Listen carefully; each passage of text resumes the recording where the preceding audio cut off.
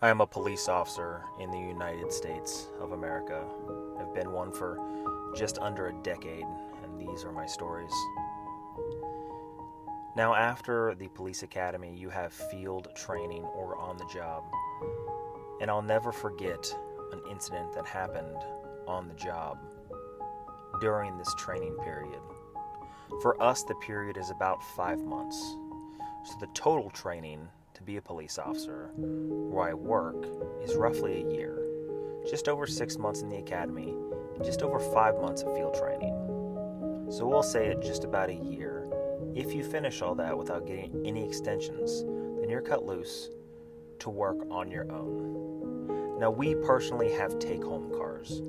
So we come into shift every single day, driving our patrol car from our house into Fallout, where in this time of COVID, we have to get our temperatures taken, we get our oxygen saturations taken to make sure that we're getting enough oxygen in our blood, and then we're cut loose to go take calls in the city. Now, this happened back in 2014, and I remember it very well because this was the day when things really hit home, that this job is extremely serious, and at any moment, death can happen. Now, I was in one of the phases of this field training where I worked the mid-shift, or night shift, which is 11 p.m. to 9 a.m. The shifts where I work are 10 hours, with 2 hours of overlapping per shift, so that you can get caught up on paperwork without having to pull any overtime.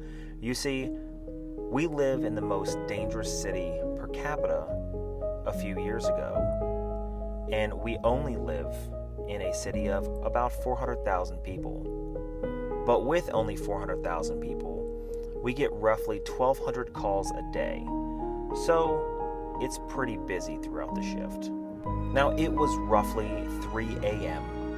when the shot of an MIW, or misconduct involving a weapon, came out across the radio.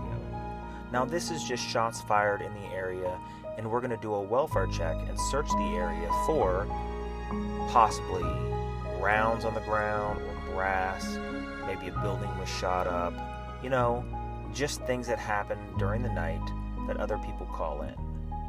Now, it may not have even been gunshots. It may have been a Subaru with terrible exhaust screaming down the highway backfiring, and people thought it was gunfire. In fact, that's something that's happened constantly to me. I've been standing there and I hear backfire of a vehicle, and then all of a sudden, 5 minutes later, we get a call from dispatch that there's shots fired in the area.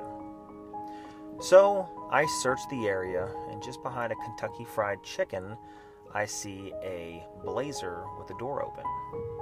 Now, this was a little suspicious to me because the vehicle was running. This was in the dead of winter, so you could see the exhaust coming from the exhaust pipe. And the headlights were on, and the driver and passenger door was open. So I called out on the radio that I have this suspicious Blazer, and I go do a welfare check on it. I initiate a field interview for the vehicle because it's not a traffic stop. And as I round the corner, I see someone laying on the ground. Now, this person is laying face up, and you could see breath coming from their mouth. But sadly, the breath wasn't true breath. As I neared the body, I could see that there was blood coming from his mouth, frothing up because he was shot both in the head and in the chest. Now, when I saw the breath coming out of his mouth, that's something called agonal breathing, which means the brain is dead, but the body just hasn't caught up with the fact that it's dead.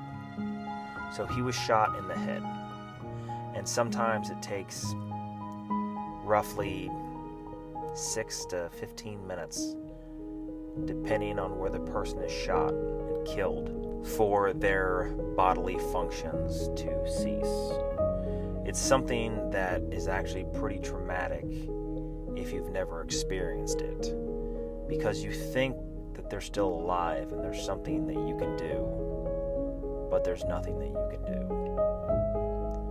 So I call over the radio to dispatch that there's someone who's been shot.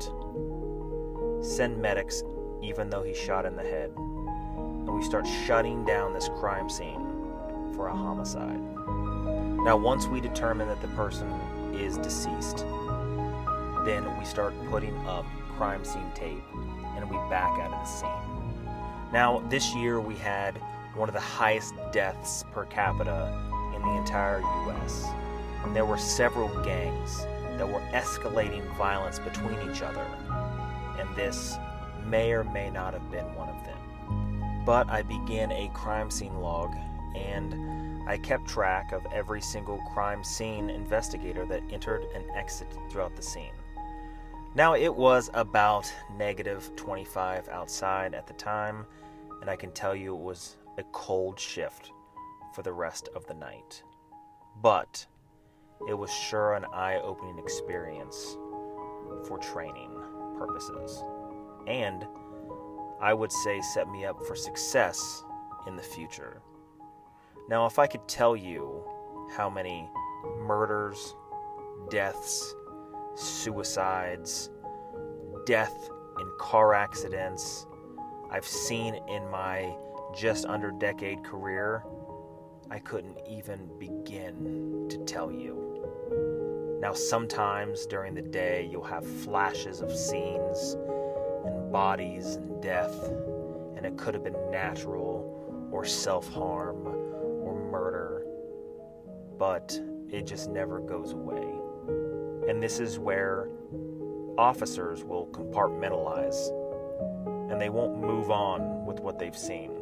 Because when you only see the terrible and you hardly see the good, it's very easy to lose yourself in a bottle of beer or a glass of whiskey. And honestly, they say that most police will have heart attacks within 5 years after their retirement. It's the only job that puts so much stress on the body, both emotionally and physically, that it kills you far before your retirement is even enjoyed. It's a sad thing, honestly, and it takes a certain person to wake up and get excited to do a job like this. It's even harder to do this job as patrol and have the additional duty of crime scene, where you're called out off shift to act as a crime scene investigator, hammered constantly by death and destruction. But even with all that, I can tell you that I could never see myself doing anything else. I love being a police officer. I love going 120 miles an hour down the highway to a high-intensity scene where at any moment anything could happen. It's one of the most thrilling jobs that I've ever had. And when it does go right, when you can help someone, when you can talk them off of a bridge from killing themselves, when you have that moment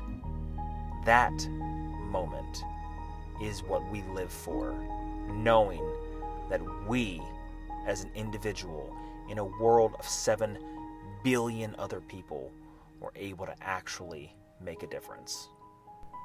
Thanks, guys, for listening to my rambling story. It would be much appreciated if you hit that subscribe button. Give me a like. If you want to share the video, go ahead. And I'll see you in the next one.